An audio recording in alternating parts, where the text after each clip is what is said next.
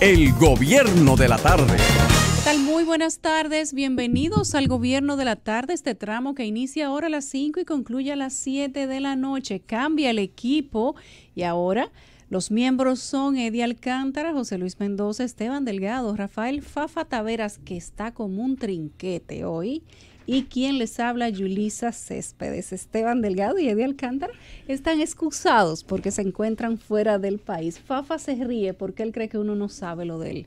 Dígame, don Fafa. No, ¿Tú crees que uno no sabe lo tuyo? yo acabo de venir de Santiago. Estaba en Saqueando asistiendo a la muerte de una profesora muy reconocida en Santiago porque ella era poetisa y de una familia muy dedicada y una profesora de maestra de verdad.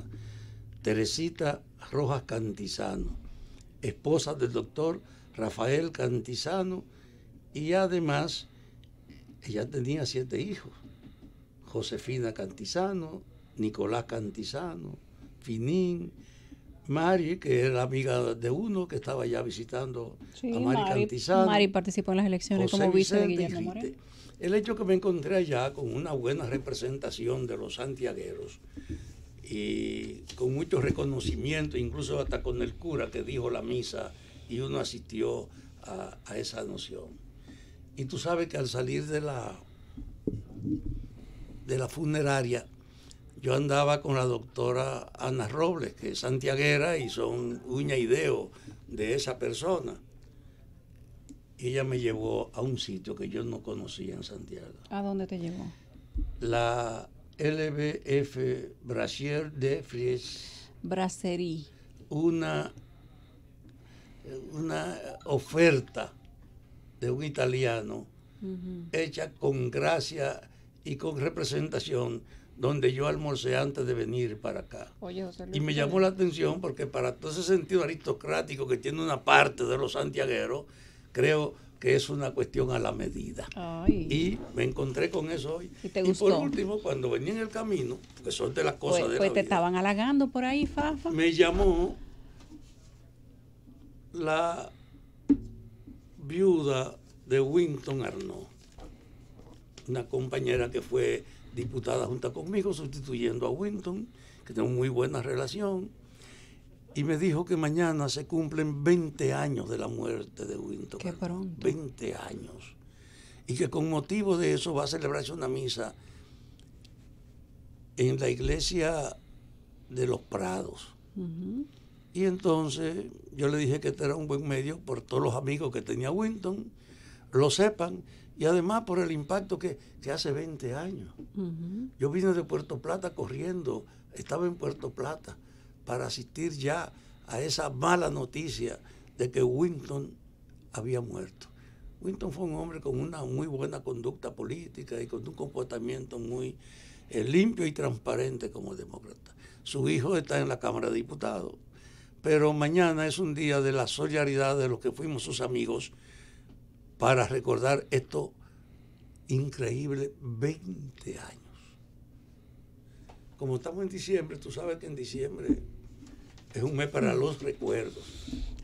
Los recuerdos.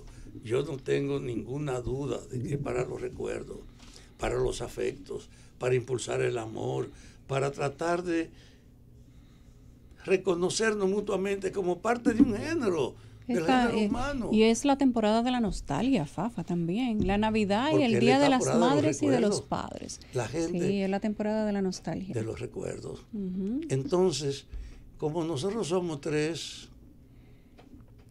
participantes de la vida cotidiana de esta época, no podemos escaparnos entonces al impacto de la Navidad. Así que tú tienes la batuta para conducir este espacio, como tú lo haces siempre magistralmente. ¿Cuánta gente para recordar con cariño, Fafa, el día de hoy? Y en todos los días de Navidad, algunas personas han partido, han elegido una fecha muy especial, porque son fechas inolvidables para partir de este mundo. Los que se han ido ya, pues lo importante es que sigan siendo recordados. 20 años no es nada, decía Gardel, y pasan bastante rápido. Para que como Gardel nunca tuvo la victoria. ¿Cómo? Gardel dijo esa frase porque nunca tuvo Ni en la la victoria. victoria, ni en Najayo, ni en el 15 de Asua, ni en la 40. Yo dije que 20 años no son nada. Y es fácil. Páselo en la 40. Son y mucho. Es Fafa. 20 Que hay que años. comerle hasta el gato al coronel. la gente no sabe. Mira, tú te pones a ver. Literalmente. No. El minuto que tú te pones a ver, tú no tienes noción de la dimensión del minuto. Fafa, ayer me había preguntado varias personas por Twitter que si es verdad que tú eras brujo en la 40 y yo les decía que sí, no me creían, pero no, ¿cómo va a ser? Ustedes irrespetan a Fafa cuando le dicen que era brujo en la 40. No, pues yo lo digo. Señores, no era que yo me lo estaba inventando. Fafa fue brujo en la 40 y fue, ¿cómo se llama el que lee? El que lee, telépata en la victoria. Es que la gente no sabe. Y cuando yo le digo que se comió el gato del coronel, tampoco estoy relajando, es de verdad. El gato del coronel. Es decir, la gente no sabe el esfuerzo que hay que hacer para vivir cuando las dificultades de la vida aparecen. Y son los más frescos y audaces en la manera de enfrentar las dificultades que sobreviven. Yo nunca tuve ninguna duda de que para tú sabías recurrir a leer ningún la taza. recurso frente a una presión. ¿Qué era lo que tú leías, Fafa? ¿La taza, los cabellos, Tú sabes la mano? ¿Qué era ¿Cómo era que tú lo hacías? Yo le decía que yo estaba en el patio de la 40, desnudo y golpeado, todo hinchado, y había un periodiquito de la Iglesia Católica que salía antes. Camino. Y en el 60, a propósito de los presos, se editó una conferencia de la Iglesia que criticaba la situación política y hacía recomendaciones para las víctimas de esa situación. Fue, de hecho, una declaración que creó una distancia profunda entre Trujillo y la Iglesia.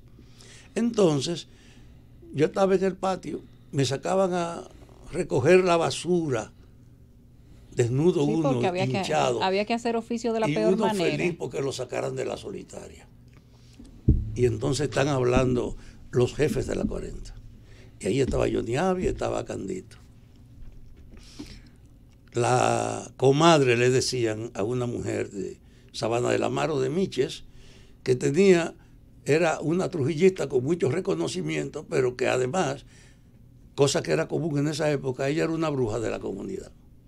Y entonces ellos están hablando por el comentario del periódico, diciendo que la iglesia se ha vuelto intransigente. Mira, criticando a una mujer porque es una mujer leal al jefe y a la patria. ¿Tú sabes lo que es eso? A una mujer bruja que están ellos defendiendo. Y yo impensadamente le digo, ¿y ustedes creen en brujería? Pero mira, maldito muchacho, ¿y por qué tú tienes que estar oyendo a nosotros? ¿Por qué tú nos preguntas que si creemos en brujería? Y yo dije, porque yo soy brujo también. Y se rieron, brujo, ¿y tú estás aquí preso? Sí, pero yo estoy aquí por responsable. ¿Y por qué? Yo fui del último que ustedes cogieron. Y porque fui a mi casa porque me buscaron. Ustedes no me encontraron, no me buscaban. Brujo, ¿y cómo tú no pruebas eso? Yo tenía un hambre terrible y vi allá un fogón abierto. Y yo búsqueme café, que le voy a colar café para leerle la taza. Y me buscaron el café. Y yo fui con el café, me bebí un jarro de café y le di a otro de los amigos café. Y cuando vengo le digo, no le voy a leer la taza, le voy a leer el nombre. ¿Y el nombre se lee? Dice, sí, yo soy onomántico, yo adivino a través del nombre. Ah, y entonces me empujaron para que entrara a la caseta donde estaba la silla eléctrica y la tortura. Ay, siéntate ahí. Y entonces oye, qué centro de consulta. Un papel y un lápiz. Una silla eléctrica. Un papel y un lápiz. Un voluntario de ustedes, dije yo, entonces ya envalentonado. No. Y dice uno, al jefe de aquí de la 40, Fafa, déme su nombre. Américo Dante Minervino Matías. Y yo pongo el nombre y comienzo a ponerle raya entre una letra y otra, amplia. Y esa gente mirándome todito con una concentración inmensa. Y después que yo terminé de ponerle una raya a todas las letras, le puse 2 paralelas y quedaron cada letra encuadrada. Entonces yo comencé a contarla. 28. Y un silencio terrible de ellos. Y yo le digo, mire, usted tiene un acto social en su familia para los próximos días. Y Américo Dante Minervino Matías, el jefe de la 40, un capitán de la policía. Sí, señor. Mi hermana viene de Nueva York al acto del bautismo de mi hija, de la que el jefe es el padrino. Y yo le digo, pero tengo una cosa que... Mire, el jefe no lo va a ascender ni le va a dar dinero. Pero mira, desgraciado, yo voy por el jefe para que me dé 4, para que me asciendan. Miren, llévenme a trancar, porque yo le estoy diciendo lo que yo veo ahí. Y entonces dice César Rivilleta, no, hazme el mío. Y yo, ¿cómo tú te llamas? César Augusto Rodríguez Villetti. Hago la misma operación de la raya y de todo. Le cuenta la letra y todo. Tú sabes lo que es eso. Y digo a él, mira, tú vas a salir para el interior, era martes. Dice, sí, yo voy el viernes para el Seibo a ver a mi padre Jero Rodríguez, que hace tiempo que no lo veo. Ten cuidado que te queda un accidente antes de irte. Ah, pero tú eres un azaroso. Y me dijeron de todo. El gobierno de la tarde. Pasamos al gobierno de la tarde, son las 5:14. Gracias a la Z Digital que nos sirve el siguiente boletín informativo. Enmendar la Constitución para imponer la repostulación del presidente Danilo Medina, el tema de nunca acabarse, crearía desestabilización institucional, descontento en algunos sectores de la sociedad civil y perturbaría la estabilidad de la República Dominicana, advirtió este jueves el expresidente de la Junta Central Electoral, Roberto Rosario. Explicó que una reforma constitucional debe ser hecha por los legisladores y que el presidente tiene la forma para conseguir eso. Algunas que yo no comparto, pero la tiene. Más bien, lo que le falta es la voluntad de hacerlo, dijo. El portavoz del gobierno, Roberto Rodríguez Marchena, aseguró ayer miércoles que en la actual gestión se ha democratizado la comunicación, incluyendo la inversión publicitaria. Las declaraciones del funcionario se produjeron en un almuerzo navideño del presidente Danilo Medina con periodistas y micro y pequeños empresarios, dueños de medios digitales, canales de cable, emisoras y programas de provincias. Nuestro pueblo, nuestra sociedad produce más noticias bajo formas más democráticas, más complejas como el video, la transmisión en video y las redes sociales, con menos control tutelar, más libre y más popular. También consume información y noticias con una glotonería nunca imaginada, indicó Rodríguez Marchena. Subrayó que la inversión publicitaria se ha democratizado en el gobierno de Danilo Medina, incorporando más proveedores como los que se encontraban en el agasajo. Internacional, las autoridades colombianas hallaron muerto hoy en Bogotá al exsecretario de Transparencia de la Presidencia, el señor Rafael Merchán, testigo en el caso Odebrecht en Colombia, menos de 2 meses después de que falleciera Jorge Enrique Pizano, cuya declaración estaba considerada clave. Según el diario El Tiempo, el cuerpo de Merchán, que tenía 43 años, fue hallado en extrañas circunstancias en su casa de Bogotá y había sido citado como testigo en el proceso penal contra el expresidente de la Agencia Nacional de Infraestructura, el señor Luis Fernando Andrade, por el caso Odebrecht. Jorge Enrique Pizano falleció de un infarto, según el informe del hospital donde fue atendido, y 3 días después falleció su hijo, el arquitecto Alejandro Pizano Ponce de León, envenenado con cianuro al tomar agua saborizada que estaba en una botella que halló en un escritorio que tenía su padre en la casa. Así va el mundo, así está Odebrecht y así van los muertos en Colombia, contándose a partir de las citaciones que envía el tribunal. Me imagino que la gente debe estar asustada de que no le llegue una citación del tribunal, considerándolo como un testigo clave, porque hasta ahora los que han sido citados pocos días después amanecen muertos. Lo que yo quiero decirle es que es una buena nota para la gente en este país, que porque tiene el control del gobierno ha cerrado y manejado informaciones que no podían escapar de ser juzgadas. Está bien, disfruten su autoridad, pero sepan que en esta época habrá que rendir cuentas, aunque sea más. Miren, hablando de eso de rendir cuentas y de que la información llegue al público, la aseguradora de origen colombiano, la firma Sura, hace público el hecho de que ya se han pagado un 62% de las reclamaciones de los vecinos de Poliplas. Es decir, ya pasa un 60%, se han pagado más de 10 millones de pesos a las familias afectadas. Algunos han pedido ser ellos mismos los que manejen el tema de sus remodelaciones y demás. La empresa Sura, que es la que maneja la póliza de Transgas o como usted prefiera llamarle, Propagás o con la línea de gas natural. Dicho esto, porque si lográramos como sociedad 2 cosas, que la responsabilidad de las empresas, como parece, se cumpla. Que haya, así sea, una mínima satisfacción sobre todos los afectados materiales, porque nadie va a devolver los muertos. Pero tiene que también haber indemnización a sus familias. Y esa responsabilidad se cumple. Y se lograra en el entendido de que la sociedad ha presionado lo suficiente y de que el escándalo fue lo suficientemente grande y grave de que se logre. Yo diría que ese sería realmente uno de los mejores beneficios que podría dejar esta desgracia.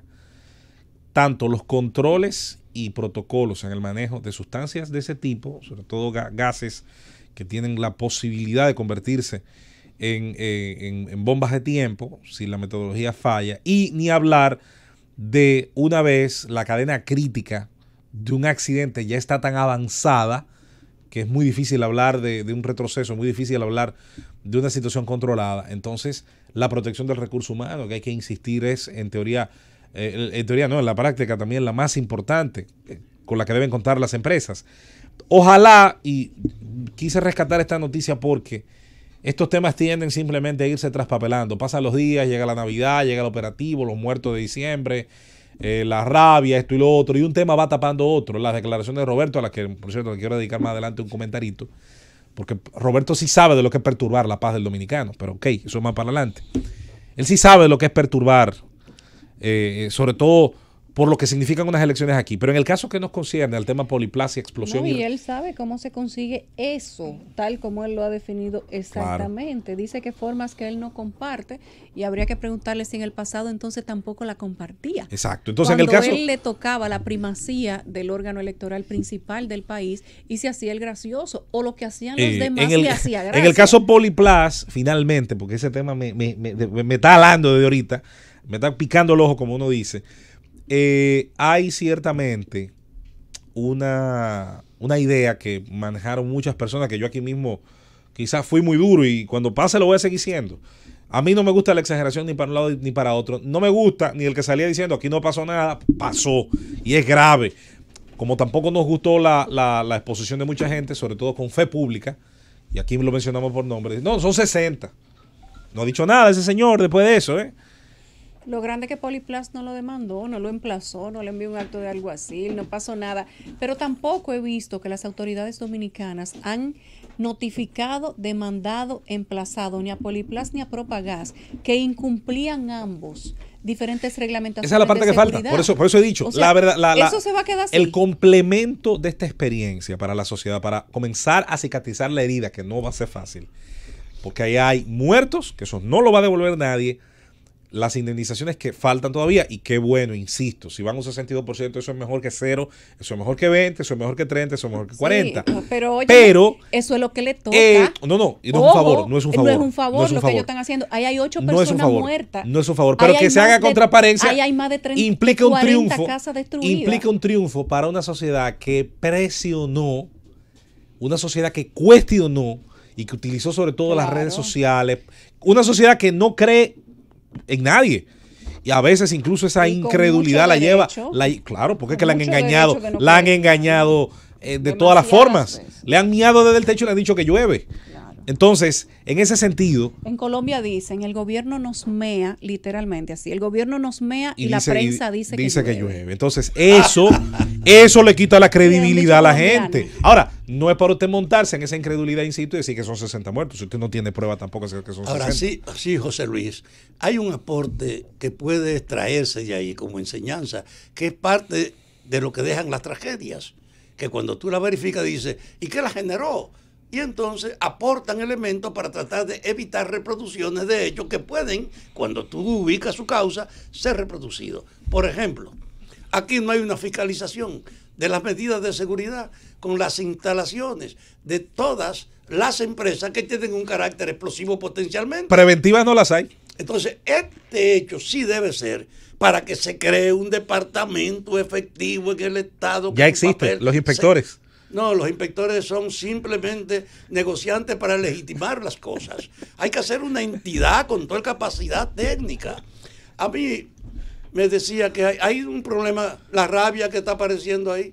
Tú sabes que aquí había un instituto contra la rabia que lo disolvieron. Yo lo recuerdo. El antirrábico. Sí, cuando dejó de ser ya una amenaza mayor. Verdad es entonces, el antirrábico cumplió la función. Cumplió la función, pero se le fue disolviendo la importancia en la medida que los hospitales se iban haciendo cargo, equipando y que se iban creando. La política de Guzmán de los policlínicos. Sí, pero ahora mismo hay un problema. Un rebrote, sí. Un rebrote. Y cuando tú apelas es que no hay un centro preventivo. En este caso, el problema de vigilar las cuestiones relativas a la seguridad de las empresas que tienen una potencialidad explosiva.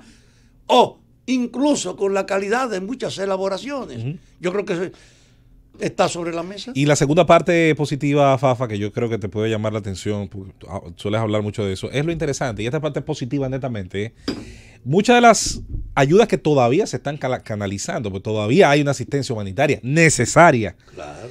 Que yo incluso he insistido, no se me ha aclarado todavía si en la parte psicológica se ha dado, porque hay gente que tuvo o va a tener un estrés postraumático por mucho tiempo. Es el hecho de que se canalice, esto sí me llama la atención, Francis, yo sé que estamos sobre el tiempo, de que mucha de esa situación se está canalizando a través de juntas de vecinos y dirigentes comunitarios. Es decir, el dirigente comunitario Eso es con instituciones estatales. es probablemente el primer paso a una autoridad, que en este caso emana directamente de los vecinos, emana directamente de quienes viven en una cuadra. Junta de vecinos Ana Deisy Eduardo, Junta de vecinos Eligio Pérez, Junta de vecinos Milagro de Todos, Juntas de vecinos, Consejo de Desarrollo de Villas Agrícolas, Bloque de Juntas de Vecinos de Villas Agrícolas, Club Deportivo y Cultural 12 Juegos. Cada uno de los presidentes de esos grupos, de esas agrupaciones, tiene una especie de responsabilidad y a través de esos grupos se canaliza. Me gusta eso porque el individuo, sobre todo los grupos, que no son más que eso, voluntades individuales que coinciden en un interés, en este caso en común, están buscando canalización entre institución que te afectó, que te dañó, que quiere repararte y debe hacerlo, como dice Yulisa, no es un favor. Y lo están haciendo directamente a través de los ciudadanos. A veces menos intermediación es mejor. Claro, no es un favor y nada de lo que ellos están haciendo lo tendrían que hacer si hubiesen cumplido Pero qué bueno todas que ocurre. las normas estandarizadas de seguridad que debió el Estado requerirle a una compañía como esa. Todavía, aún su seguro cubra todo lo que tiene que cubrir. Ahí hay 8 personas que no se van a devolver a la vida de ninguna manera. Y a nosotros nos queda la pregunta de si las autoridades no van a establecer consecuencias sobre quienes estaban incumpliendo normas de seguridad que debieron ser prioritarias para que esas 8 vidas no se perdieran. Y todavía no han dicho si se van a restablecer esas normas y si esa fábrica se va a quedar en ese mismo lugar a donde creció la ciudad, donde por cierto había ya una escuela cuando ellos se instalaron y las autoridades nunca dijeron ¿Cuáles nada. podrían ser las consecuencias si se estableciera, por ejemplo, que la dirección de esa empresa fue irresponsable? Porque había rastros y evidencia de que no había seguimiento de la prevención que impone la seguridad. Complicidad. ¿Cuál sería la situación? Complicidad, los dueños del país. El gobierno de la tarde. Vamos al gobierno de la tarde, son las 5:30, estamos en el aire, Fafa.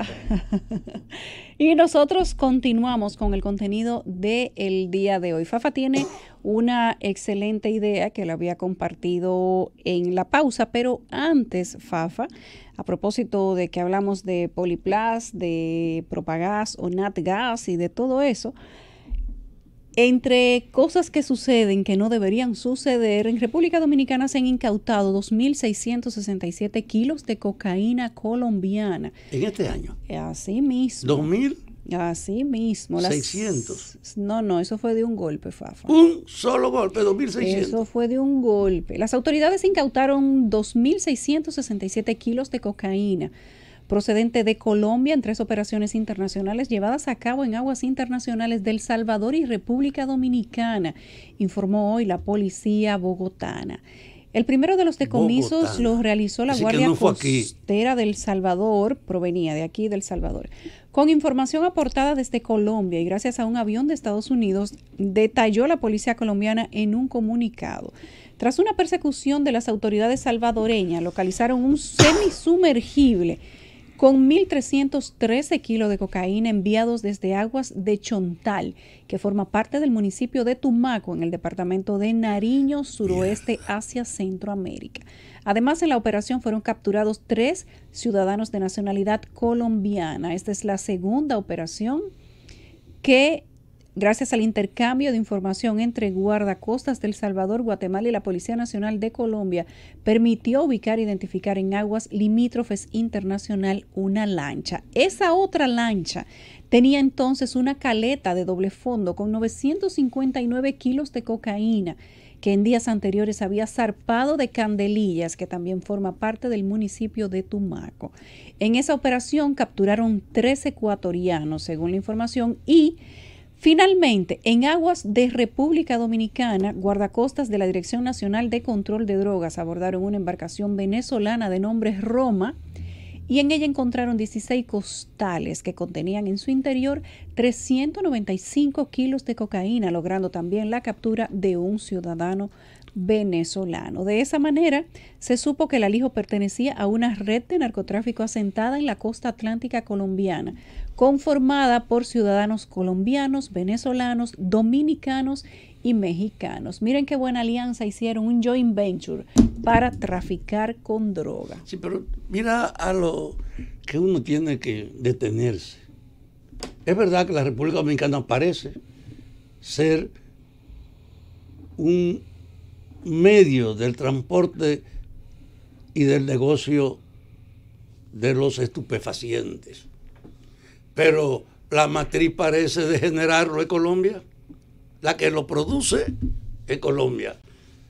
Lo transportan y la República Dominicana es un medio en la colaboración y 3 lo consume Estados Unidos y un poco Europa. Y eso se ha convertido ahora en el más rentable, pero en el más riesgoso de los negocios. Y la gente que está vinculada al negocio y al tráfico de droga simplemente no tiene ningún tipo de preocupación subjetiva o moral. Dicen, no, esto es una empresa igual que cualquier otra.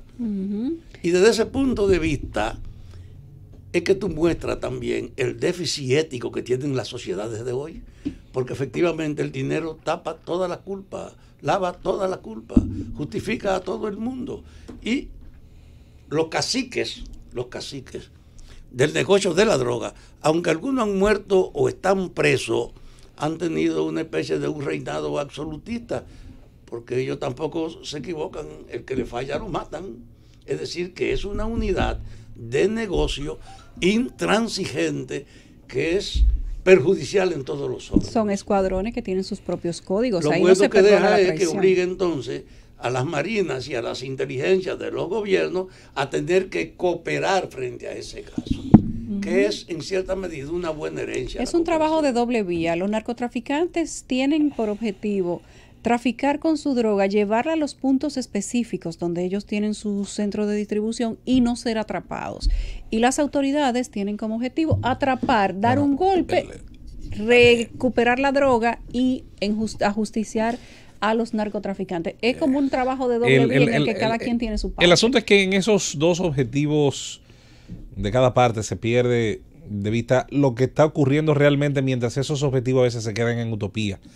Lo que ocurre en realidad es que las fuerzas de seguridad de los países, sobre todo del tercer mundo, que están entre los mercados productores y los consumidores, y eso incluye a la República Dominicana, que está entre los dos mayores productores del mundo y el mayor consumidor del mundo. Y el mejor mercado. Entonces, imagínese usted. Entonces, en países como los nuestros, abra el teléfono y pregunte cómo usted considera es la inversión del Estado en materia de seguridad en todas sus agencias. La respuesta va a ser al unísono, insuficiente, mala. La seguridad es el mayor servicio más pésimamente dado. Ok.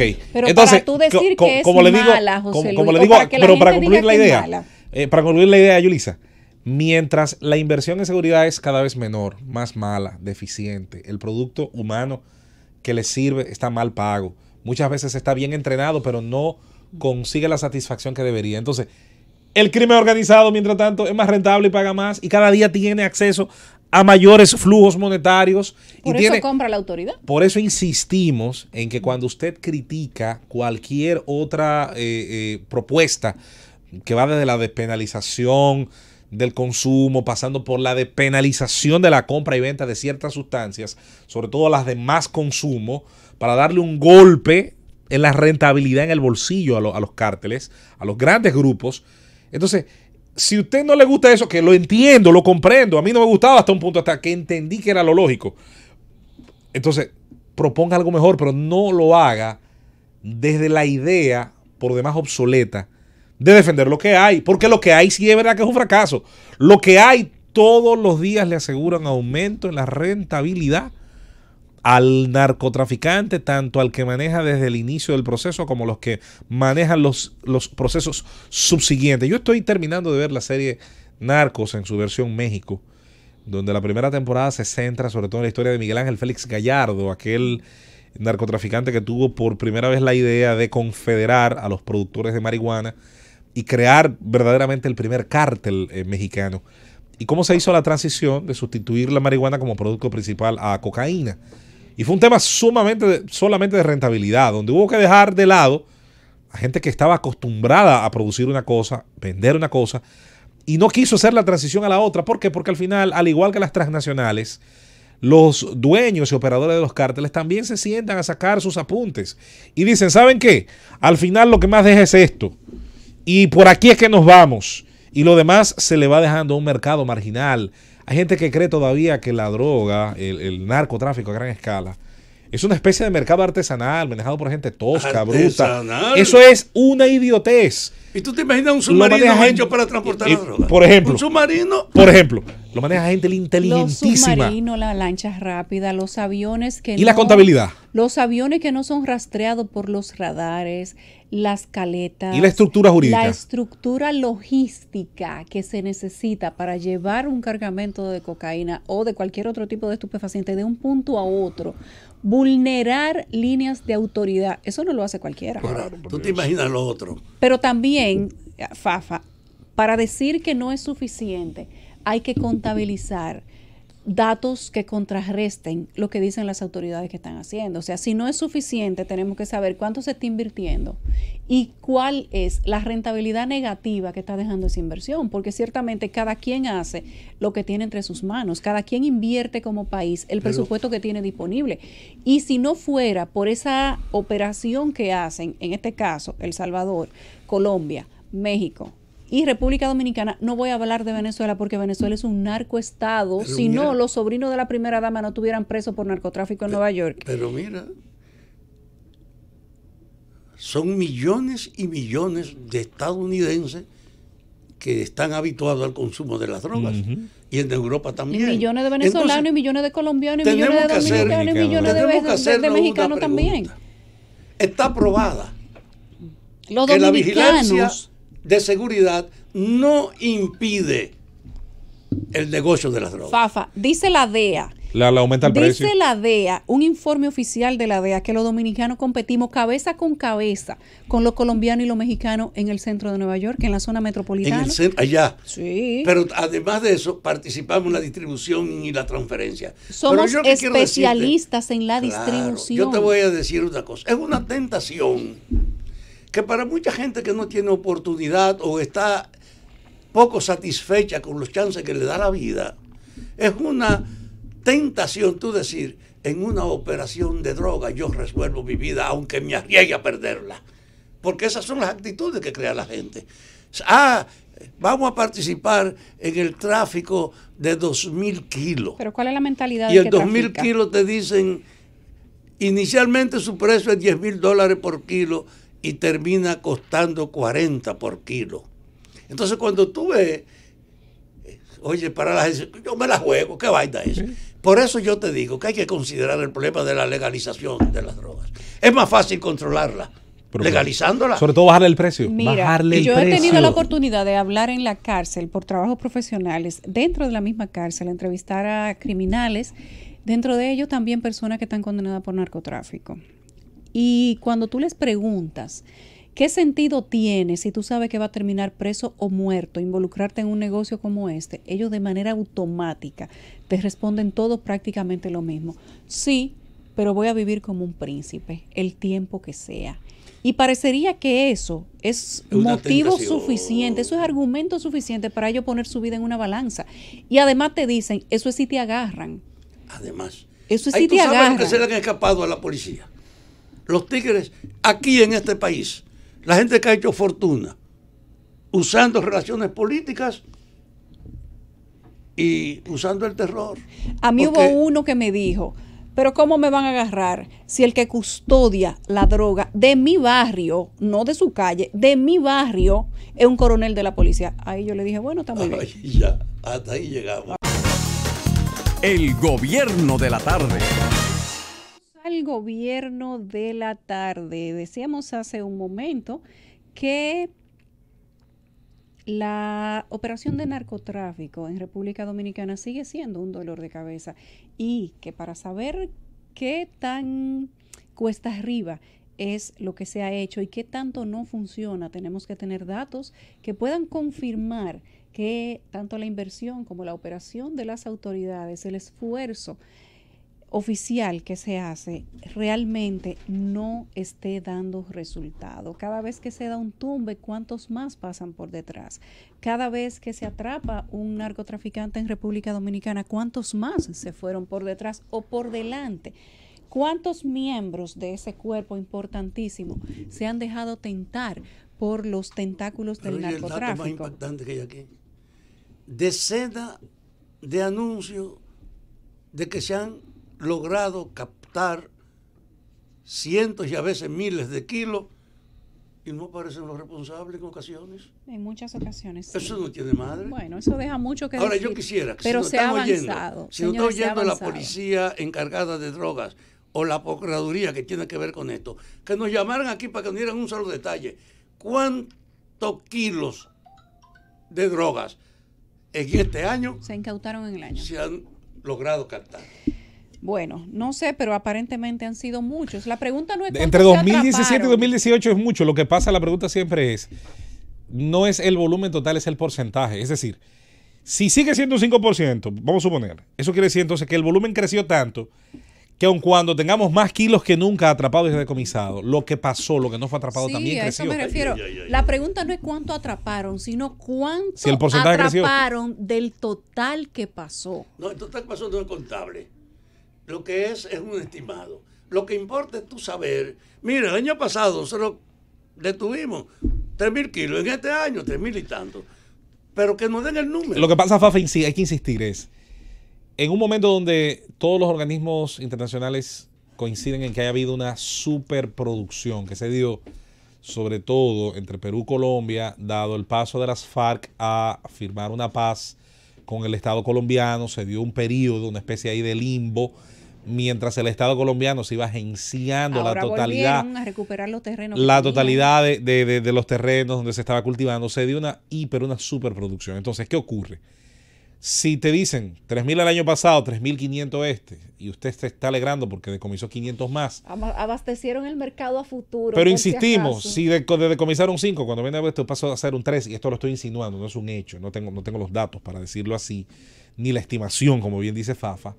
Es bueno que se sepa que entonces, con todos los 500 kilos que usted esté celebrando, usted lo que ha hecho es retroceder.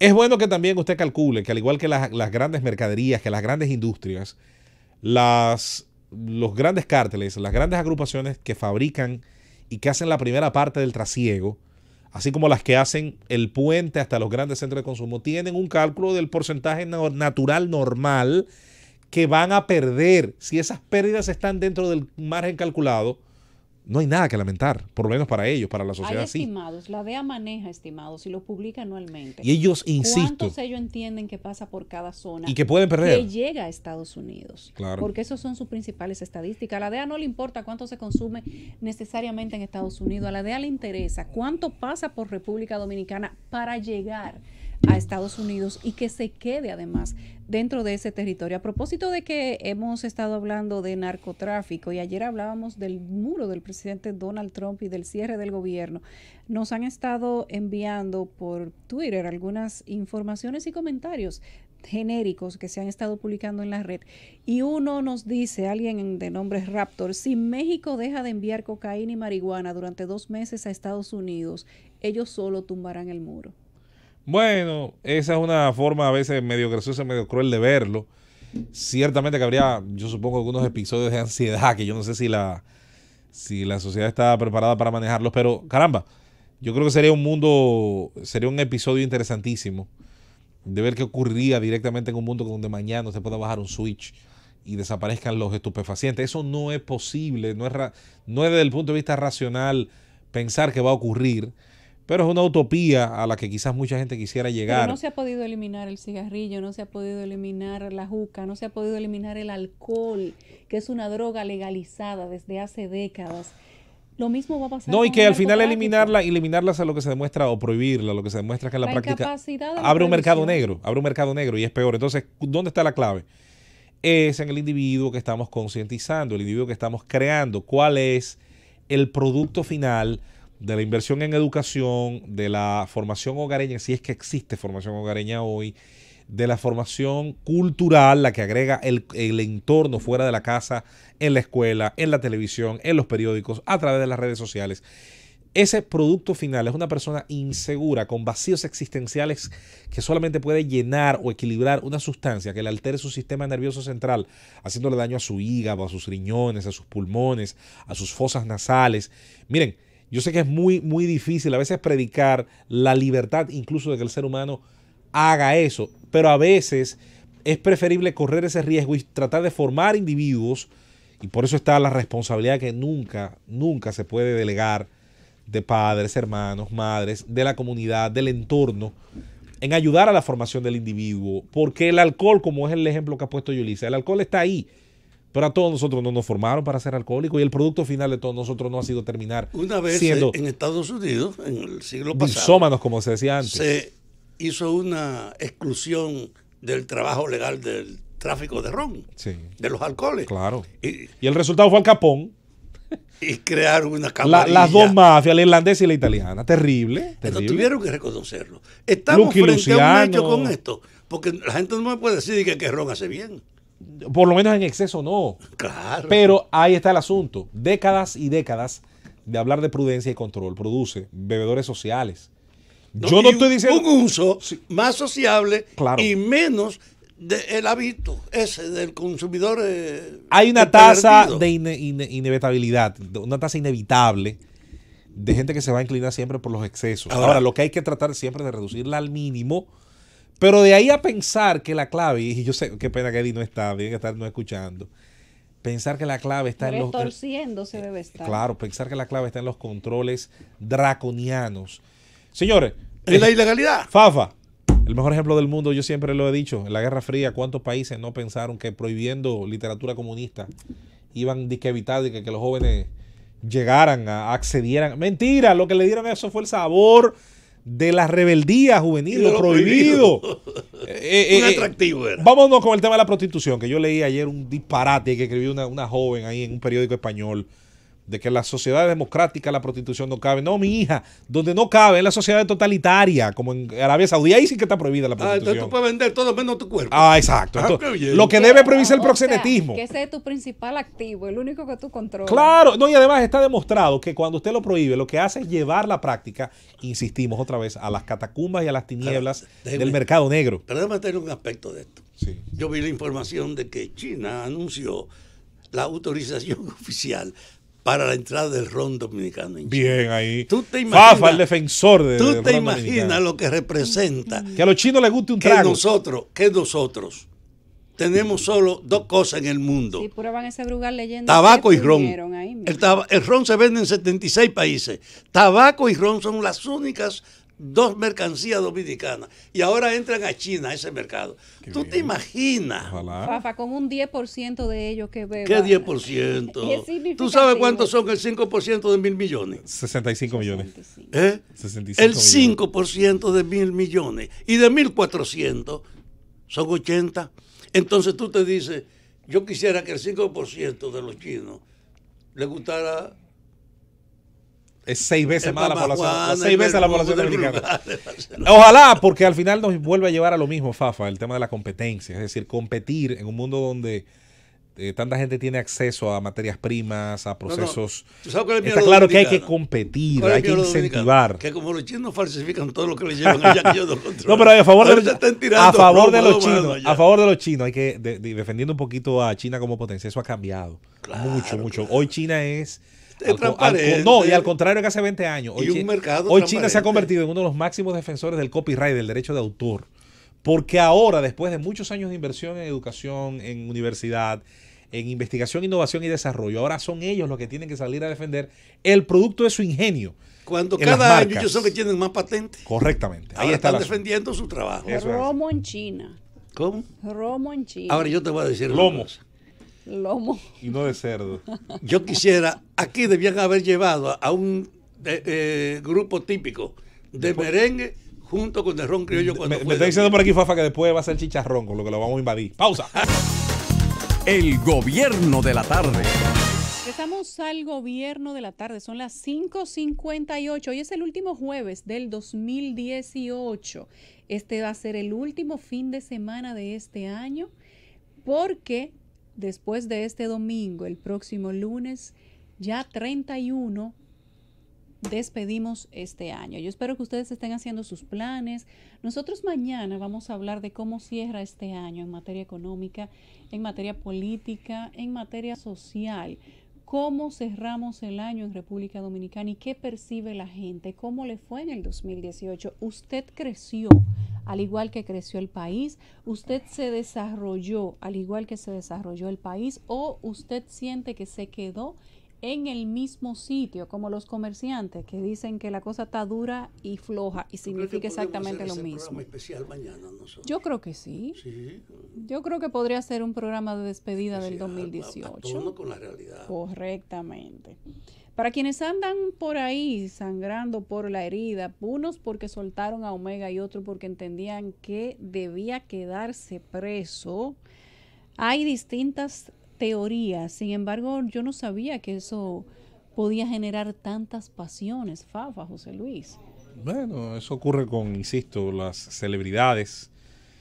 A veces también hay quien en el trabajo persecutor también busca casos célebres. No tengo duda de eso también para... Pero, señor, hay un elemento. ¿Cuántos feminicidas y golpeadores célebres habrá? Tiene un elemento, que es el concepto del espectáculo. Sí, la noticia. Aquí de todo se hace un espectáculo. La civilización del espectáculo que analizaba la mayor propaganda es para los espectáculos, las presentaciones, las asistencias y cuestiones que tienen giros culturales. La sociedad de hoy está bajo el predominio y la motivación dirigida para crearte a ti un consumo a todos los niveles de las veleidades de la vida. Y eso hace entonces que si tú ves la página de los periódicos, yo la sumé los otros días de 2 diarios y encontré que el 65% estaba dedicado en los periódicos a promociones de esas actividades que tú no puedes calificar, que tienen que ver con crear expectativas, con aumentar ideas de consumo, con entretenerte, con divertirte, con ponerte a especular. No informaciones, ni análisis, ni trabajo, sino ese tipo de promoción. Parte de la degradación también de esta época es esa que estamos cada vez más cosificados nosotros, instrumentalizados por lo que domina la comunicación y la producción. Y lo que somos consumidores. Hay un tema con eso. Yo diría que también es el precio a pagar de una sociedad donde la información fluye. Volvemos a lo mismo y Fafa yo creo que lo expone de una forma tremenda, porque la solución a eso no está en que no fluya la información. Sería horrible que no fluyera. La clave está entonces en tener el criterio para, dentro de todo este mar de información, a veces enajenante, muchas veces morbosa, muchas veces que no suma nada, para que usted sepa elegir. Al final, por eso yo he insistido que más que una Comisión Nacional de Espectáculos Públicos supuestamente defendiendo unos valores que están puestos a prueba todos los días, y una sociedad que cuando clama, por ejemplo, por unos íconos y por una celebridad, luego tú te preguntas en defensa de qué buenas costumbres. La Comisión Nacional de Espectáculos Públicos me dice a mí que escuche o no escuche algo. ¿Y quién juzga cuál es la buena costumbre? Y por Dios, una vaina basada en una ley del 47, cuando quito, bueno, la ley que le da formación a eso. Entre otras cosas, la mitad de la ley habla de la difusión de ideas comunistas, por Dios santo. Pero que solamente se fija en algunos. Tú ves cómo salen mujeres desnudas en la televisión prácticamente, cómo se agarran uno con otro en la televisión. Pero quiero hacer hincapié. Cómo hablan de forma soez, cómo se multiplica esta radioactividad que no sirve para nada, no contribuye a nada a mejorar la situación de los medios de comunicación, y a esos no les pasa nada. Pero quiero hacer hincapié en que mi propuesta no es ni que pase. Mi propuesta es que al final es usted, individuo, padre, adolescente, joven. Usted es la última barrera, el sensor es usted. Eso que está explicando Yulisa, si a usted no le gusta, quítelo. Sobre todo ahora en un momento en que las tecnologías están llegando, el Fire Stick, el Smart Box, todas esas tecnologías de conexión a la televisión, al contenido sobre todo de calidad, grabado, o no de calidad, vamos a decir un contenido premium en materia de innovaciones y demás. Usted al final tiene el control en las manos. Y para el que me diga, bueno, pero los niños, los hijos, alguien tiene responsabilidad sobre esos menores. No pretenda empañetar, como digo yo, su irresponsabilidad en el resto de la sociedad. Es muy fácil decir que mis hijos salieron malos porque la sociedad provocó en ellos tal o cual cosa. Hay una responsabilidad a la que no se debe renunciar y es una pena, sobre todo en un momento en que las familias monoparentales, es decir, la familia donde solo hay uno de los cónyuges presentes, esencialmente la madre, pero la madre tiene que trabajar para alimentar esas bocas. ¿Quién se queda a cargo de esos menores en formación? A veces una abuela, a veces una tía, a veces un hermano mayor que también es menor de edad y muchas veces nadie. Es la calle, es la escuela, es el barrio el que termina teniendo un tutelaje para el que no tiene ninguna responsabilidad porque lo que es de todos es de nadie. Es bueno que se sepa. En ese sentido, yo más que una supuesta comisión que por más buenas intenciones que tengan, no es verdad que va a sustituir el criterio individual. Por eso se trata de formar ciudadanos con criterio. La utopía de un mundo feliz de Aldous Huxley acertó mucho más que la de Orwell del 84. Huxley decía que el problema de la información no iba a ser que iba a estar encerrada ni que iba a faltar, es que iba a sobrar, es que iba a haber tanta que la gente iba a tomar la más fácil. ¿Y cuál es la más fácil? El fake news, la información en Facebook, que nadie se preocupa por pasar por un filtro y ver si es verdad. Y ver si es verdad que una bruja anda volando por los campos de San Juan o un grupo de tonterías a la que ese consumidor le da aquiescencia hasta que luego a lo mejor repara en que lo hayan tomado el pelo, pero se genera un efecto. Y un efecto que, ¿qué incidencia tiene? ¿Para qué sirve la información? Para tomar decisiones. Usted todos los días toma decisiones y las toma con información. La información que hereda, que otros le cuentan, que usted lee, que usted percibe. Si esa información no tiene calidad porque usted no tiene criterio, usted va a tomar muchas veces las peores decisiones. ¿Por qué usted va a votar? Muchas veces por el que más le afecta a usted negativamente.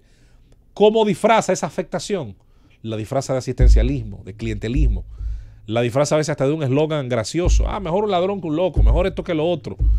Y usted lo compra porque no está preparado. Mejor un loco que un ladrón. Sí, propaganda política de este país. Miren, cambiando un poquito el tema. Bueno, lo cierto es, José Luis, que la prisión que guardaba Omega estaba fundamentada, por ahí fue que comenzamos el tema, en una decisión de un juez de la ejecución de la pena, y quien la ha variado es un juez de habeas corpus. Eso es un adefesio jurídico, eso en derecho no tiene asidero. El Ministerio Público no se opuso al habeas corpus y aparentemente no ha dicho si la va a apelar, que puede apelarla. El tema aquí, para cerrar con el tema de este comentario que estamos haciendo, no es si está bien o si está mal que lo soltaran. Para mí, de hecho, no debió estar, y lo he dicho varias veces, preso en el lugar donde estaba. Debió estar en un lugar donde estuviera recibiendo atención para reformarse.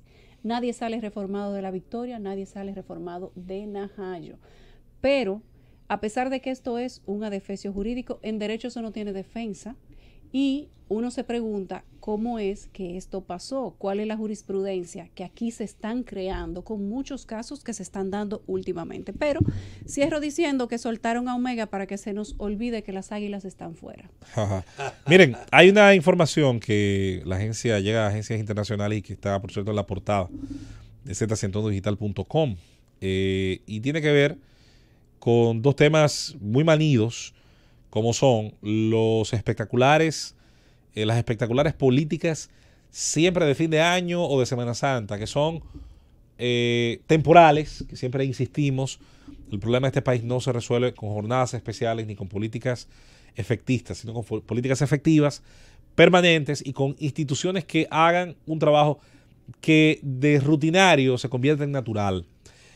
La vigilancia fronteriza se va a reforzar al final de este año. Van a mandar 600 militares hacia Haití para, atención, prevenir el tráfico de indocumentados durante las festividades del fin de año.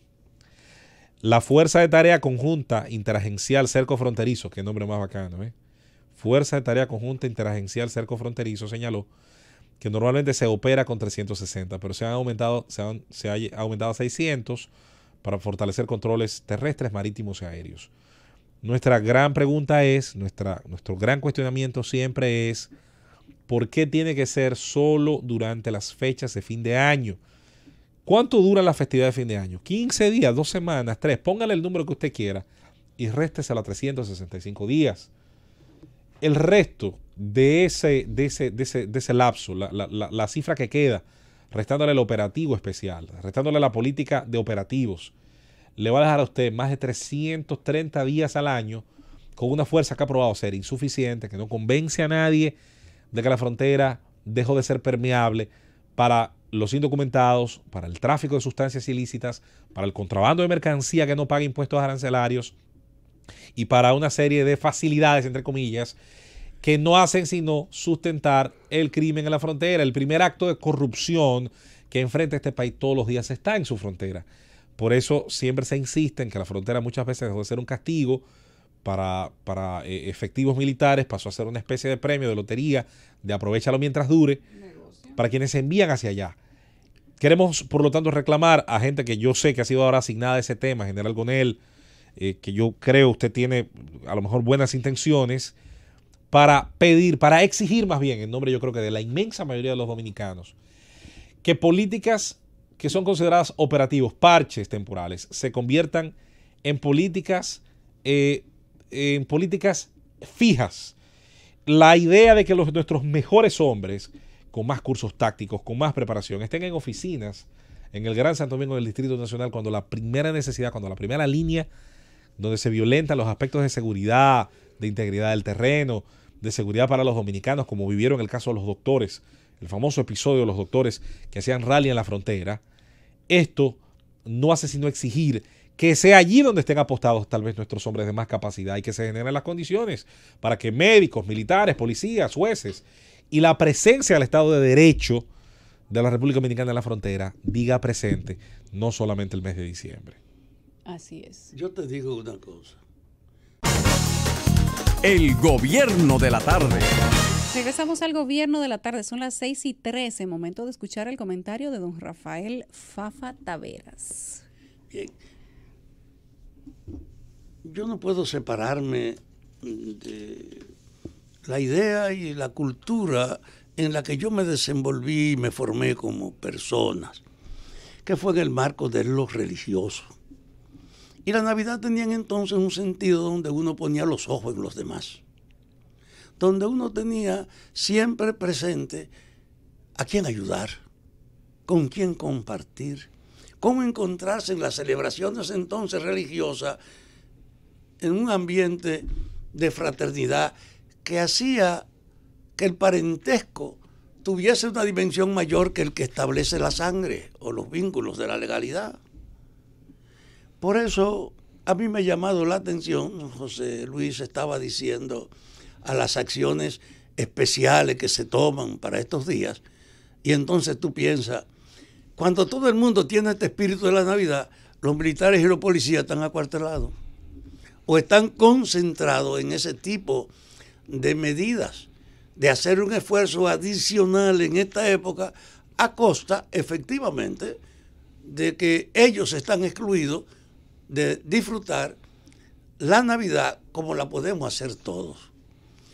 Y tú sabes que no es ni bien remunerado ni bien reconocido, pero es una parte del tiempo que nosotros tenemos que manejar y que ver, porque yo necesito que el país necesita una modificación fundamental de todas sus estructuras, porque no es posible que esto que estamos diciendo, la Navidad es una carga para un grupo que no resuelve nada del esfuerzo a que lo someten, porque si fuese general, pero solo en este tiempo, y lo que hacen es sustraerlo a ellos de la vida. Yo estoy diciendo que hay que rediscutir el papel de la Fuerza Armada y de la policía. La gente nada más está preparada para la crítica y para el descrédito y para el rechazo de las instituciones. La policía es, junto con los partidos políticos, las dos instituciones menos apoyadas por la gente, más repudiadas, menos aceptables que hay. Y sin embargo es una necesidad que hay que pensarla, de qué manera la podemos lograr más funcional. Por eso esta Navidad también es un tiempo para uno pensar que en la Guardia y la Policía están los mayores talentos del país usados indebidamente. Hay más agentes de la salud en la Fuerza Armada y la Policía, más abogados, o con experiencias específicas que podían estar con un plan nacional haciendo un servicio no de relleno en la Navidad, sino de oferta durante todo el año. El otro aspecto que yo quería tratar de mi solidaridad con los policías y con los guardias es que esta semana yo me encontré en casa con un libro que me llamó la atención y me puse inmediatamente a tratar de conectarme con él. Increíble. La enciclopedia de la ignorancia. Uno está acostumbrado a ver la enciclopedia como el resumen de toda la cultura. Y entonces me encuentro con un libro, La enciclopedia de la ignorancia, y comienzo a verlo. Y tiene que ver con el limitado conocimiento con lo que se desenvuelve la sociedad. Simplemente maneja las prácticas de lo que nos conviene. Ustedes saben que lo que vale la pena conocer sobre lo desconocido, y el primer tema es el agua. Una cosa que uno cree que sabe muy bien lo que es el agua, y sin embargo tiene que enfrentarse al hecho de que uno sabe muy poca cosa, la aprovecha, pero no conoce el agua en lo que es realmente ese componente, en cómo son los elementos que la componen. El agua es un producto químico abundante en el mundo, ya sea como líquido incoloro, o como vapor incoloro, o como trozo de hielo incoloro. En comparación con otras sustancias químicas, como el aceite de marmota, el agua tiene una gran importancia para el ser humano. Pero a pesar de ello, precisamente por ello, el agua es una sustancia más enigmática del planeta. Nadie podía presumir eso. Y cuando tú lees entonces todo lo que el agua envuelve y cómo ella misma se reproduce, te das cuenta que nuestro conocimiento de algo tan vital como es el agua es muy limitado. Aquí, los alucinógenos que ustedes estaban hablando ahora de las drogas, cómo operan, cuál es la base de un alucinógeno, qué se ha descubierto con ellos, de que la misma base que funciona para el alucinógeno funciona también para la creencia religiosa, en un detalle insospechado para la gente. Me sorprendí leyendo Los Americanos con los cuentos del descubrimiento de América, y efectivamente no hay una visión convincente de cómo se pobló América a esta altura del juego. Y así están todas las cosas, hasta una historia increíble de las anguilas.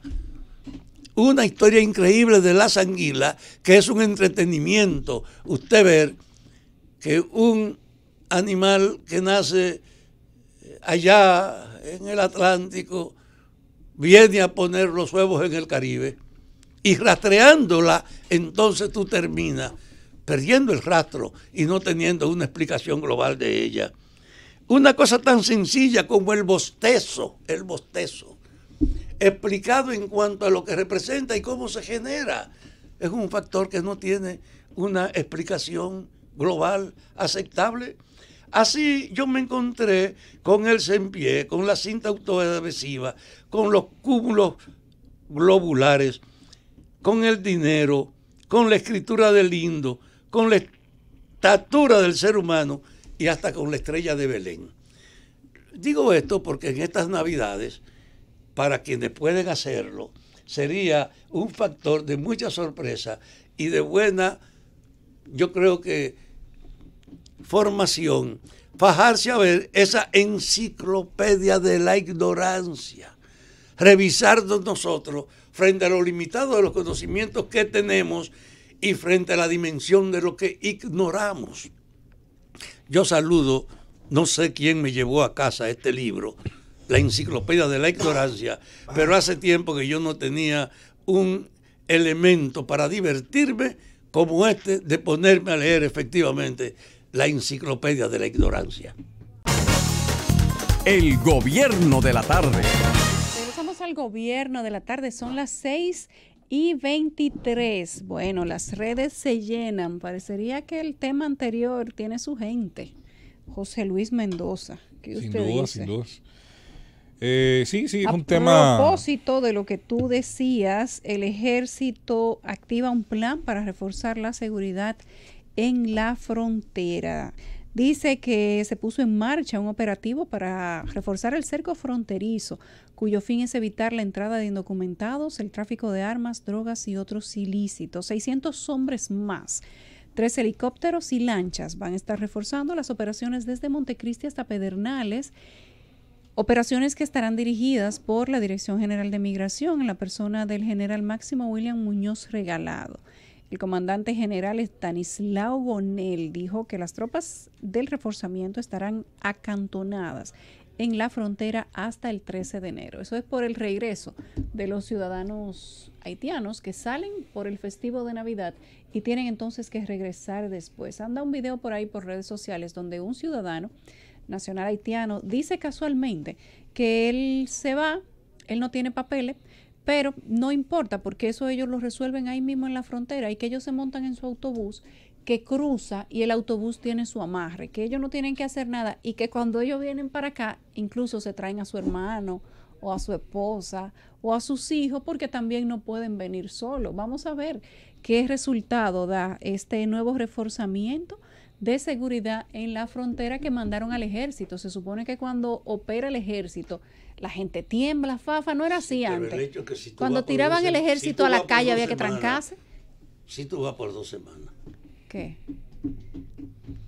¿Qué pasa con las otras 50 semanas del año? No, nada más hay que venir después del 13 de enero, cuando ya se retiran la tropa. No. No se puede seguir buscándole a los problemas soluciones simplemente hechos para la información, no para resolver los problemas. La frontera tiene que ser reconocida como una zona que no tiene la protección adecuada y que no hay excusa para que muchos entonces patrioteros crean que el problema son los haitianos que están aquí. No, el problema es el gobierno que permite que entren o que permite que lo exploten en la forma en que lo tienen. Uh-huh. Y han fomentado un sentimiento que salta por encima de la humanidad. Tú estás infeliz aquí. No, este gobierno no tiene custodia de la frontera y no tiene ningún empacho en saber que grandes empresarios son los beneficiarios de aprovechar esa fuerza de trabajo, que no tiene derecho a reclamo, que lo que tiene mucha hostilidad, con la que no paga él ni siquiera seguro médico. Y lo hacen en la construcción y lo hacen en la agricultura. Y la gente sabe eso. Después no me le eche la culpa al infeliz, porque yo insisto, si yo fuera haitiano viniera para acá. El problema es que el gobierno debía tener el cuidado de que no le sea tan fácil a los haitianos venir para acá. Y es que en el fondo el gobierno tiene una gran utilidad de ese proceso de relación con Haití. Así Ustedes saben que Haití es el mejor mercado que tiene la República Dominicana. Bueno, es el intercambio país, más favorable. El único país con el que nosotros tenemos una balanza positiva. Y con una diferencia tan grande y tan notable. Claro. Y además, con una fuerza de trabajo que estando aquí metida, abarata el trabajo y perjudica a los dominicanos, pero beneficia a los que ponen a trabajar a los infelices, porque ellos pagan cada vez menos en función de que tienen esa reserva. Entonces este es un problema que no es fomentando el odio contra el pobre haitiano y nosotros, no, exigiéndole al gobierno su responsabilidad de asumir el control de la frontera y de asumir una política nacional de seguridad que se ha dejado de lado, porque es profundamente beneficiosa esa ausencia de seguridad para aquellos que explotan entonces esa fuerza irregular de los haitianos. Así es, vamos a ver qué sucede con este operativo del ejército. Lo ideal es que todo lo que suceda sea positivo, que realmente se transparentice esa frontera que nosotros tenemos ahí, que es porosa, que es virtual. Yo estaba en la frontera y a mí lo que me dé pena los guardias en la frontera, sí, chica. Y que finalmente hay un cambio. Aquí tiene que haber una transformación. Yo no sé si va a ser un muro, porque uno pone un muro terrestre y entonces tiene que poner vigilancia marítima. Zona franca para que vayan para allá las empresas. Si van a declarar una zona, una parte de la zona fronteriza, entonces como quizás espacio para zona franca, desarrollar la manufactura, el comercio en esa parte del país para que no necesariamente tenga que cruzarse de este lado. Sin embargo, lo cierto es que República Dominicana tiene terrenos en la zona fronteriza donde ya prácticamente no hay nadie.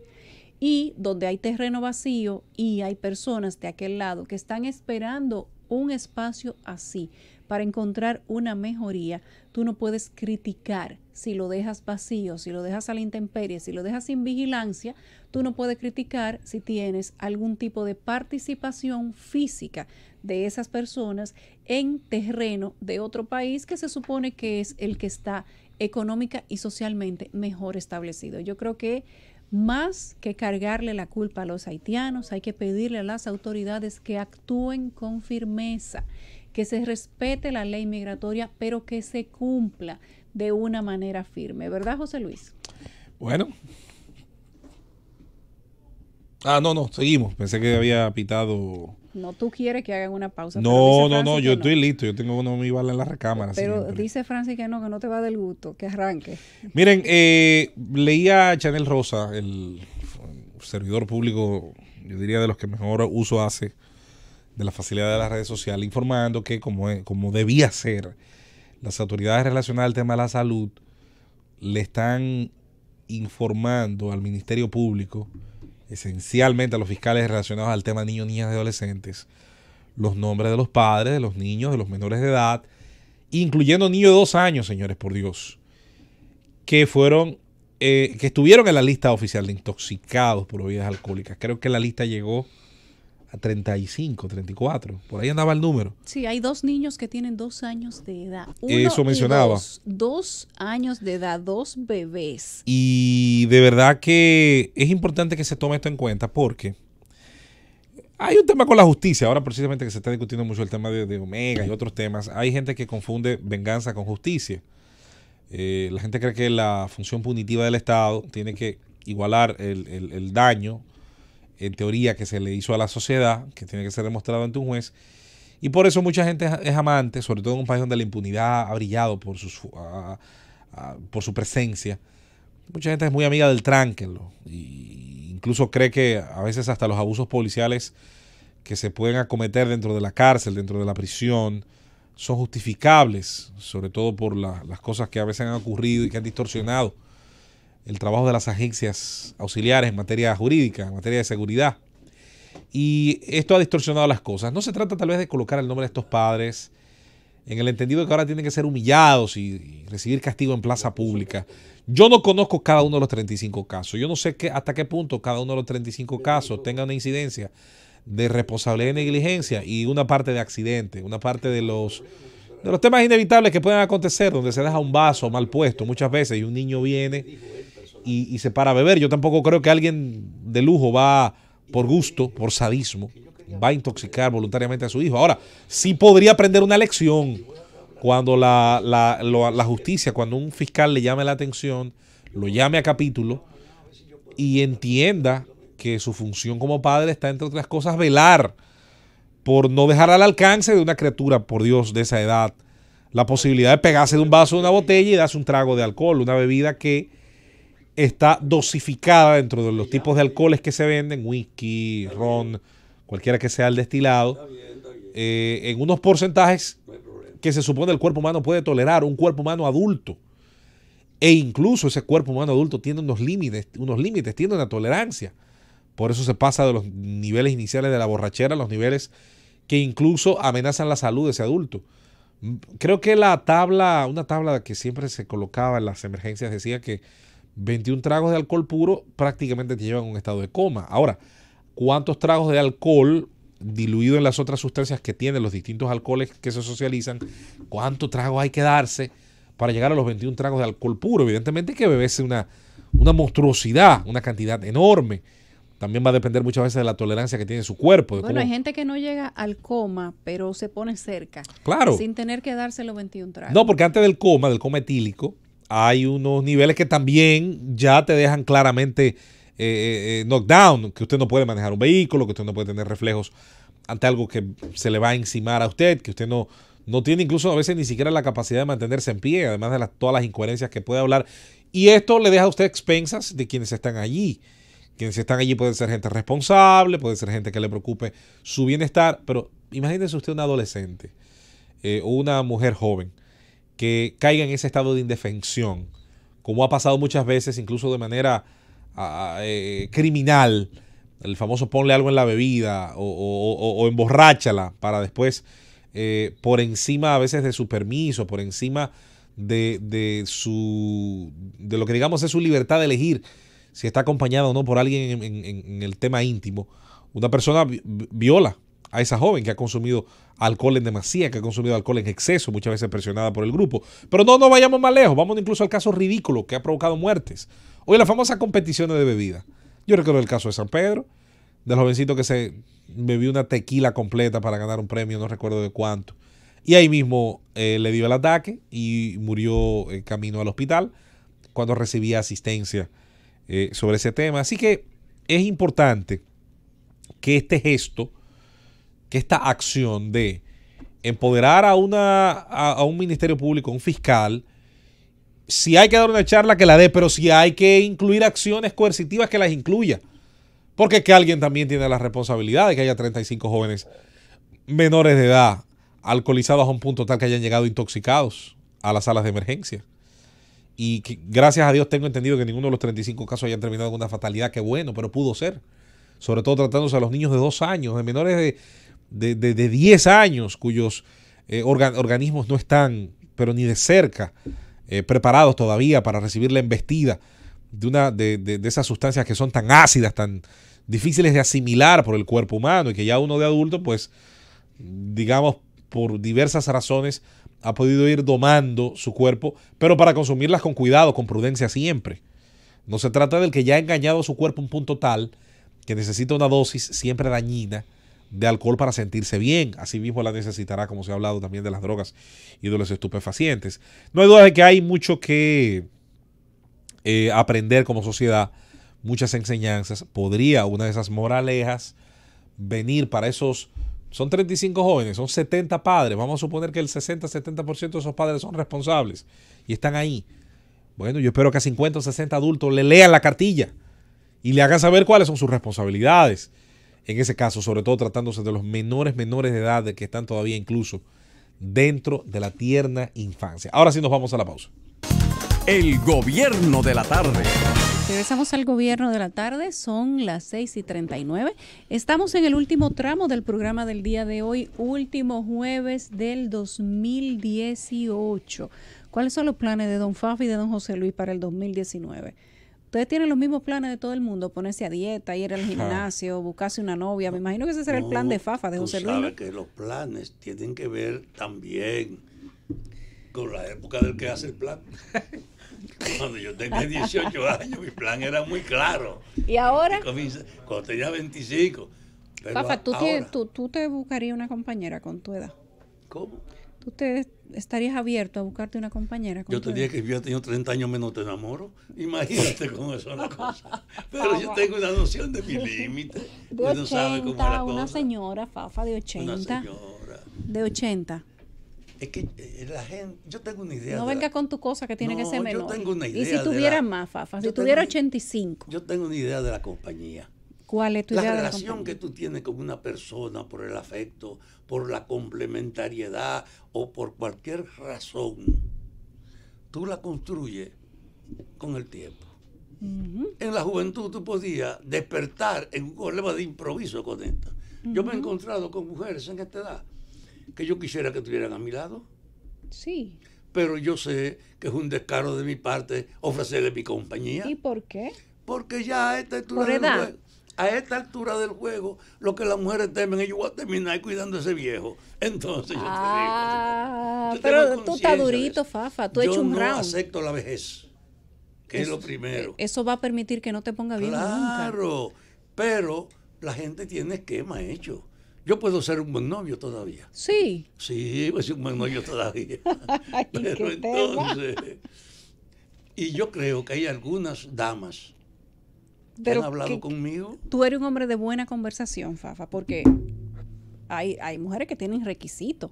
Sí. Mi abuela decía que después de que uno cruza la tercera edad, la pareja tiene que ser muy conversadora, porque hay rasgos, hay facultades que se pierden. Que solo con una palabra tú compensas lo que te falta en el resto del cuerpo. Correctamente. Hablando. Mi abuela siempre decía, eso. El compañero ideal es una persona con quien tú puedas conversar, porque cuando la edad avance, eso es lo que van a hacer la mayor parte del tiempo.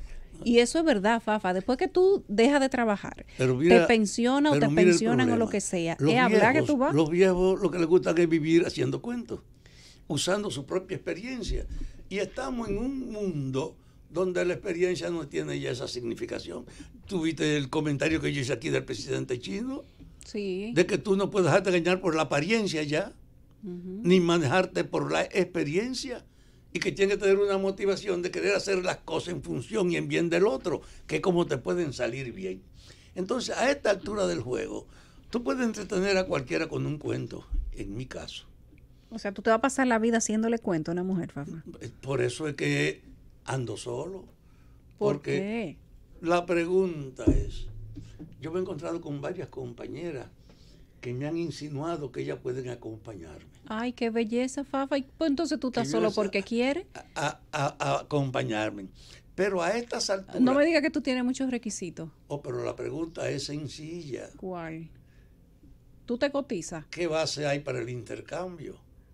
No entiendo. En el fondo, yo nunca he sido un obstáculo para tener compañía en cualquier condición. ¿Tú aceptas cualquier condición? No, porque yo no tengo un sentimiento especial. No soy exigente, nunca he sido exigente, nunca he sido celoso. Y esas dos cosas para un varón. Ay, mátenlo, que nunca ha sido celoso ni exigente. O sea, que tú lo coges como venga. Como tranquilo. O si tiene 85, porque pero tú tienes 80. Pero hay mujeres que quieren que la celen, que ellas creen que no valen si no es porque están arriba de ella. Y yo no sé tener esa política. Esas son psicópatas, Fafa. Entonces, esas son mujeres psicópatas. Yo soy un novio especial para estos años. Atención, no doy país. Trabajo, Fafa busca novia. No doy trabajo. Fafa, que tenga 85. ¿Puede tener 85? No. ¿Cómo que no? No es un problema de la edad. Tú dijiste que tú no tienes requisitos. Es que pueda ser compatible conmigo. Ok. Y lo ideal es... Puede tener más edad que tú. Lo ideal es que ella me necesite menos a mí que yo a ella. Y si que ella te necesite menos a ti. A mí que yo a ella. Pues yo una oportunidad de que ella sirva, de que ella se entregue, de que ella pueda sentirse satisfecha con esa labor humana que hace. ¿Cómo fue que nos metimos en este tema? Yo quiero saber. Fafa, ¿no te importa qué edad tenga? No, yo insisto.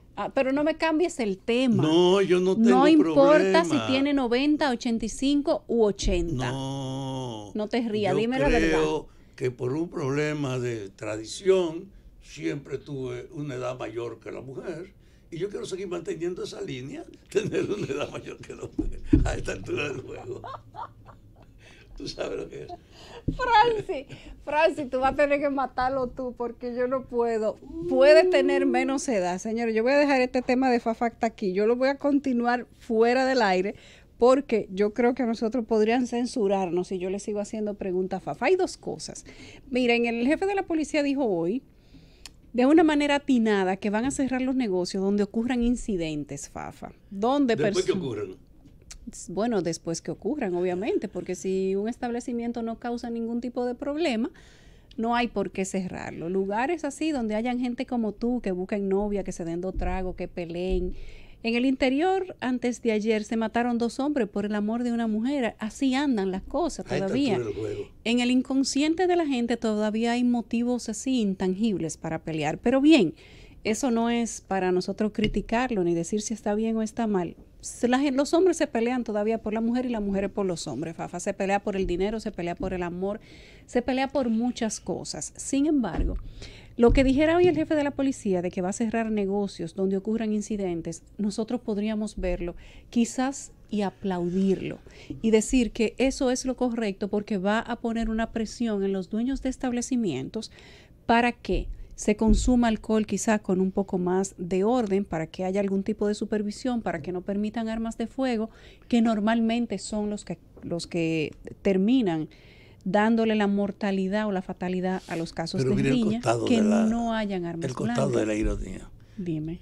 Imagínate en un barrio que el dueño del colmado tenga problemas con alguna gente por alguna razón. No joda conmigo, yo que te cierren el negocio. Bueno, puede no, ir a porque hacer. tiene que haber una riña primero y se supone que eso no está mal a tiempo Trujillo. Tiene que haber una explicación para eso, Fafa. Estamos Pero aprendiendo. hay algunas cosas que hacen que nosotros tengamos que sentarnos a pensar cómo están sucediendo las cosas, cuál es el mensaje que se está mandando y cómo nuestras autoridades no están remando todas para el mismo sitio. Y me explico. El jefe de la policía, que anunció hace poco que iba a poner en la calle más de 30,000 agentes que aparecieron. El otro jefe de la policía no sabía dónde estaban, pero este sabe. Y dijo que los iba a poner en la calle en complemento con el Intrant, en complemento con efectivo del Ejército, en complemento con la Comisión Militar y Policial del Ministerio de Obras Públicas, y ahí se arma un equipo cuasi perfecto que son esas 30,000 almas que sustituyen su derecho de quedarse en Navidad con sus familias para ir a proteger a las personas que están en pleno disfrute de su Sacrificado derecho. en el tiempo del deleite de la Exactamente, y salen a las calles o a las carreteras simplemente para hacer algo diferente, distraerse, aunque algunos no lo hacen de la forma más responsable.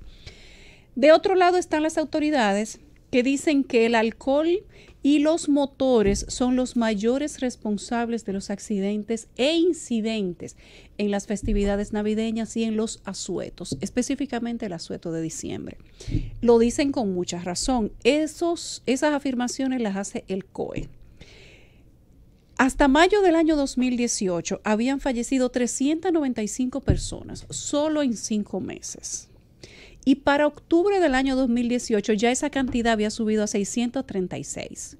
Para finalizar este año vamos a estar cerca de las 1,000 personas, todos por accidentes de tránsito. República Dominicana es el segundo país del mundo con más muertes por accidente de tránsito. El 64% de esos accidentes de tránsito involucra a motociclistas, a motoristas, como usted le quiera decir, personas que salen a la calle sin casco, que manejan a alta velocidad, que se vuelan los semáforos. 64 de cada 100 accidentes es de motores. Sí, involucra a un motor.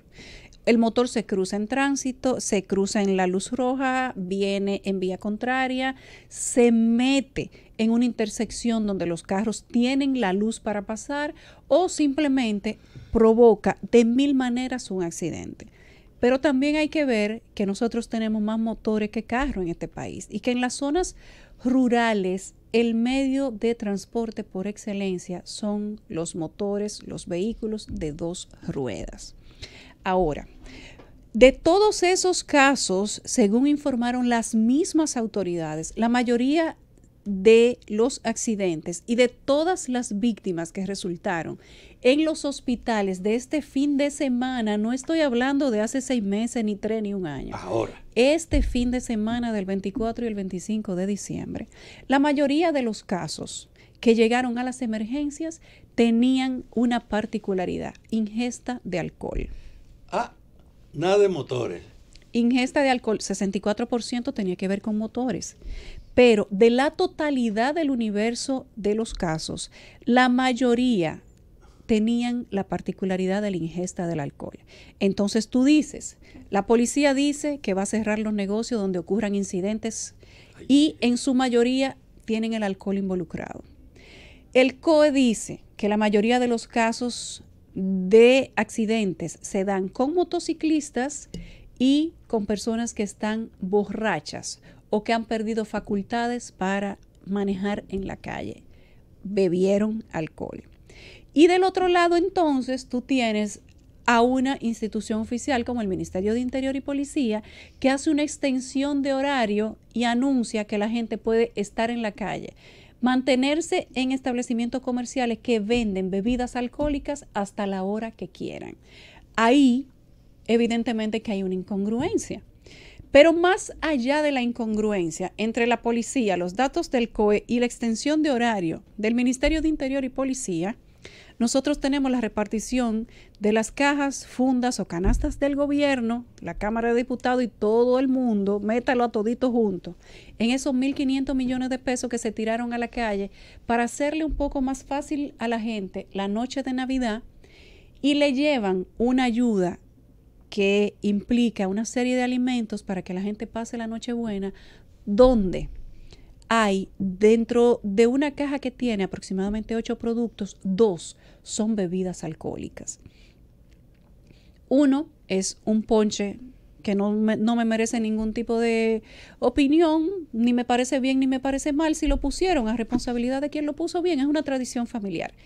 El otro es un pote de ron, no un ron destilado 3 veces, añejado en barrica, nada de eso. Estamos hablando de un ron sumamente económico, sumamente duro, verdecito, exactamente, nuevo, y que cuando la gente lo consume no tiene que darse 3 tragos cuando ya puede estar borracho. Entonces, como si fuera poco, las autoridades ponen en marcha un operativo para preservar vidas. Y uno dice, bueno, pero ¿cómo es que anda este país? Uno dice que se puede beber hasta la hora que quiera. El otro le da el ron a la gente para que se emborrache. Y para contrarrestar lo que ellos mismos hacen, la policía dice que va a cerrar los negocios donde ocurran incidentes. Y el Intran dice que pone en plan un proyecto, un operativo que es para preservar vida. Y necesariamente uno tiene que hacerse una pregunta. ¿Y quién DH es que está dirigiendo esto? ¿Cómo es que se planifican las políticas amplias del Estado? El 911 anunció que había atendido en una sola noche 1,080 y tantos casos de emergencias. Y gracias a Dios que nosotros tenemos el 911, que hace que esos 1,000 y tantos casos no se conviertan en temas de estadística penosa, porque interviene en el interín cuando ya se ha convertido en una emergencia, pero todavía no es una tragedia. Inclusive, de esas intervenciones del 911, muchos de ellos pudieron llegar a casos mortales, muchos pudieron ser personas que tuvieron accidente y que pudieron haber perecido en el camino, pero el 911 intervino y no fue así. Y esa es una herramienta efectiva que tienen las autoridades. Sin embargo, cuando le dan el ron a la gente en la caja, cuando invierten 1.500 millones de pesos para que la gente reciba a domicilio bebidas alcohólicas, que luego ellos mismos a través del COE dicen que es la principal característica o el principal factor de los accidentes, sea en carro o en motor. Y esto se da porque el gobierno los regala, hace una extensión oficial de horario y aparte de eso, entonces hace un plan para salvar vidas. Necesariamente uno tiene que hacerse muchísimas preguntas. Este fin de semana dicen las autoridades que murieron 12 personas en tan solo 2 días. Oigan esto. ¿Cuánto? 12 personas. Algunos medios de comunicación dicen que no fueron 12, sino 20. Pero vamos a quedarnos con las cifras oficiales y vamos a creer que ciertamente son 12. Decenas de accidentes, dicen las autoridades, que se causaron por la combinación del alcohol y el motor, que por cierto, involucra el motor porque es un vehículo que las autoridades no tienen regulado. Aquí el motor anda como el chivo sin ley. Se reproduce más que la verdolaga y aquí cualquiera. El que tenga 500 pesos en el bolsillo y pueda pagar 1,000 pesos semanal puede tener un motor. Los hospitales a capacidad recibiendo víctimas del exceso y cada caso, ¿ustedes saben quién lo paga? Lo paga el mismo Estado. Escuchaba la mañana del 25 de un caso de una joven en un hospital de aquí del Gran Santo Domingo, que la operación cuantificada de esa joven en un accidente de tránsito de motor donde habían 2 más personas alcoholizadas va a costarle al Estado más de 500,000 pesos y esa es solamente una. Y les estoy diciendo que el 911 atendió más de 1,000. Entonces hay que entender que estamos manejando una política que está errada, que si el Estado tiene que pagar por todo lo que sucede a consecuencia de las personas que se alcoholizan y a consecuencia de vehículos de motor que el mismo Estado no regula, no puede ser entonces que sean las mismas autoridades las que digan que el alcohol y los motores son los responsables de los accidentes e incidentes y que ellos no hagan nada. Que también sea la misma institución represiva que dice que va a cerrar los negocios donde ocurran incidentes, cuando es el mismo Estado el que le facilita a la gente alcoholizarse para que hayan incidentes y para que hayan también accidentes. Esto es sumamente sencillo, aquí no hay que hacer un genio, aquí no hay que volver a leer el álgebra de Baldor, no hay que irse a hacer una especialidad Harvard. Esto es tan sencillo como que todas las instituciones del Estado tienen que alinearse en cuál va a ser la planificación de una política general en el que quien da las posibilidades de que se den los accidentes es el gobierno y quien carga con las consecuencias de esos mismos accidentes también es el gobierno. Hay más de 1.500.000 personas recibiendo romo gratis. Y no lo voy a decir de una forma bonita. Recibiendo romo gratis para que después las cifras, las estadísticas de los muertos, de los peleados y de los heridos aumenten de una manera astronómica y esas cifras le hagan daño al mismo gobierno, porque no es tampoco que esas cifras se van a archivar en los anales de la historia y que no las va a sacar nadie.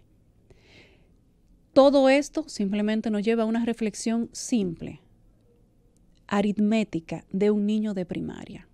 Si usted le da el ron a la gente para que se alcoholice, para que pelee, para que se mate en la carretera y además no supervisa los vehículos de motor, no los pone a pagar por su circulación y no establece ningún tipo de medida de consecuencia para que esto se normalice, entonces cuando salgan las cifras para este próximo fin de semana, el Estado entonces que no pelee, que no diga nada, que no haga ninguna advertencia y que no salga por ahí a decir que si no se hubiese puesto en práctica ese plan para salvar vidas, entonces la situación habría sido otra. El gobierno de la tarde.